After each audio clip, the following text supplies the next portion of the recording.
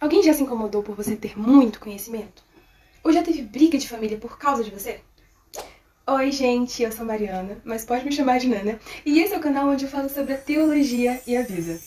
Esse é mais um quadro da série Deus e as Mulheres, e hoje vamos falar dessa mulher que foi protetora dos reformados. Margarida de Navarra, nascida em berço de ouro francês e que quando cresceu começou a estudar diferente dos seus irmãos homens.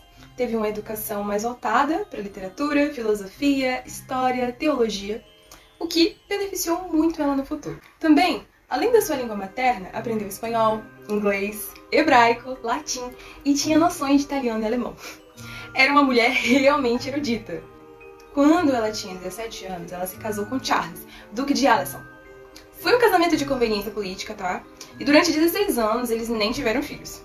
Talvez porque ele era feio, né? Mas não era um homem perigoso, não fazia mal. Nesse casamento, ela teve a oportunidade de ter um acesso muito maior à fé reformada. E isso marcou a vida dela. Ela se tornou uma protestante.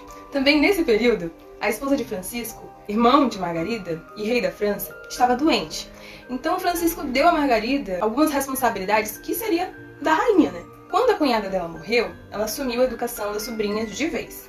E para muitas pessoas isso era um absurdo, porque ela era protestante, né? Ensinando princesas católicas, num país extremamente católico. Quando alguém chegou a denunciá-la a Francisco, ele protegeu ela dizendo assim: se o que você disse é verdade, meu amor por ela é tanto, que eu não permito que ela seja incomodada por causa disso. E aí a gente consegue perceber que essa proximidade entre os irmãos fortaleceu e beneficiou muito Margarida. Por conta dessa forte influência que ela tinha na corte por ser irmã do rei, ela teve um grande amparo, né? Tanto para ser protestante, que já era uma coisa extremamente difícil por conta da perseguição, como também para pregar o protestantismo na corte católica e também para estar na linha de frente do resgate e proteção dos reformados. Não teve êxito em alguns casos, né? Mas também conseguiu muitas vezes tirar pessoas de prisões e de exílios. Entre eles, um poeta que traduziu salmos, que foi Clément Marot. Sem êxito para salvar o outro amigo, Luís de Bercam, da Inquisição, ela ficou arrasada, mas também impulsionada a defender mais o protestantismo. Ela era, assim, uma exímia diplomata. Em 1525, quando Francisco foi capturada pelo rei Carlos V e levado como prisioneiro, foi ela quem interpelou para sua soltura e cuidou dele no período da prisão. Ainda nessa batalha, ela ficou viúva. E no mesmo ano, ela se casou com Henrique, rei de Navarra, com quem teve 2 filhos. Não foi um casamento excelente, mas ela via com bons olhos. Citou em um poema: Senhor, quando há de vir a data do contento, tão ardente e desejada, quando pelo amor serei levada, e ao teu lado tomarei assento, tomada pela euforia do júbilo nupcial que me despe de modo cabal. O marido dela não tinha conhecimento da doutrina reformada, e ele se espantou quando percebeu que ela espalhava muito essa fé e influenciava muitas pessoas, né? Ele era católico romano ferrenho, e não gostou disso, e descobriu que ela estava fazendo cultos secretos nos seus aposentos com outras pessoas, inclusive que ela celebrava a ceia nesse lugar. E isso levou a fúria de Henrique, e ele foi até lá para descobrir o que estava acontecendo. Ela, quando soube que ele estava vindo, escondeu todo mundo. Quando ele chegou, ela estava sozinha com os serviçais, mas isso não aplacou a raiva dele. E ele agrediu ela no rosto e disse: Madame, você sabe demais. E ela se sentiu extremamente insultada com isso, né? Então ela automaticamente denunciou pro irmão isso, e Francisco achou completamente inaceitável alguém bater na irmã dele, né? É tipo... Tá maluco, meu irmão? Para aqui. E quando o marido dela soube que Francisco ameaçou guerra a ele, ficou desesperado, né? Então ele implorou pra ela, pra que ela perdoasse ele, e prometeu que ia se tornar protestante se ela perdoasse ele. E aí, com isso, a guerra foi evitada, ele cumpriu suas promessas, e a fé de Margarida cresceu ainda mais. Ela escreveu: se te dizem que em um lugar outro pode encontrar consolo e ver salvação, senão no único Deus, querem na verdade dele roubar-te. Bate os pés e firma-te. Francisco, como um bom rei católico, declarou que os huguenotes, grupo protestante francês, fosse perseguido e baniu livros protestantes. A filha de Margarida, Joana, foi tomada pelo tio para estudar o catolicismo, o que deixou Margarida muito triste.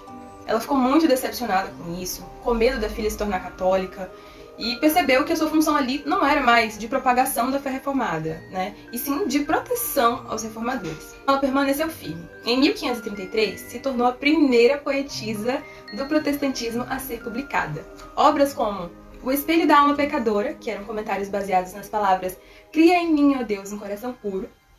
Nesses poemas, ela falava muito sobre o sacrifício de Cristo, a união com ele, o processo de desprendimento do catolicismo romano, e apesar de demonstrar uma admiração forte por Maria, ela tinha em seus escritos consciência de que a salvação era através de Cristo somente. E ela escreve: "Além do mais, eu sei que ninguém menos que Jesus Cristo é o meu defensor. Ele fez a si mesmo nosso advogado perante Deus, ofertou méritos tão valiosos que minha vida foi mais que paga. Querido Jesus, este posto lhe foi confiado para falar em meu favor e perdoar quando poderia facilmente condenar." Os católicos não gostaram das suas publicações literárias, acusaram de ser evangelísticas ou luteranas, o que é equivalente a hoje ser chamado de terrorista, né? Francisco, apesar de ordenar a retratação dos católicos pela censura Margarida, estava com relação fria com a irmã por conta do protestantismo. E como rainha de Navarra, Deus a usou para proteger nobres, clérigos e pessoas comuns reformadas que fugiam da França para o seu território. Abrigou muitos em seu palácio e a sua casa era lugar de discussões teológicas. Ninguém menos que teólogos como João Calvino e Jacques Lefebvre encontraram segurança em seu lar. Em sua amizade com Calvino, ele demonstrou exortações a ela, que tivesse cuidado com teólogos que recebia no palácio, porque havia entre eles alguns que eram hereges. O irmão dela, Francisco, morreu em 1547 e ela ficou em luto profundo. No mesmo ano, ela publicou o livro Triunfo do Cordeiro, onde fala sobre queda, redenção e consumação, a obra de Cristo, da escravidão da vontade à predestinação e o dia do Senhor. E nesses escritos fica claro que ela tinha um conhecimento aprofundado das Escrituras. A palavra em pele de cordeiro pejada, suas letras de sangue manchadas e com 7 selos seladas. Vem agora os que sabem que a graça e a lei estão atadas. E as poesias dela eram muito cristocêntricas, né?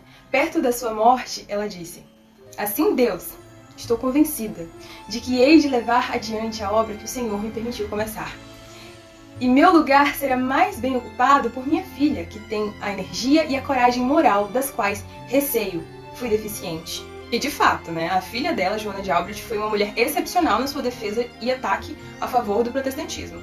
E obviamente vamos falar sobre ela no episódio posterior. Somente pela graça de Deus, Margarida conheceu a fé reformada, foi protetora dos seus irmãos, foi fiel até a morte. Ela foi um excelente exemplo de que, como mulheres, devemos entender o nosso chamado e aceitar a posição a nós dada por Deus, usando disso para benefício da Igreja do Senhor. Serva fiel, destemida, defensora e acolhedora dos perseguidos na fé, escritora, poetisa e a primeira princesa reformada. A graça de Deus abundou através da sua vida. É assim que terminamos esse episódio. Obrigada por assistir até aqui. Curta, comente e compartilhe com seus amigos. E que Deus te abençoe. Até o próximo episódio da série especial de março, Deus e as Mulheres. Um beijo. Tchau!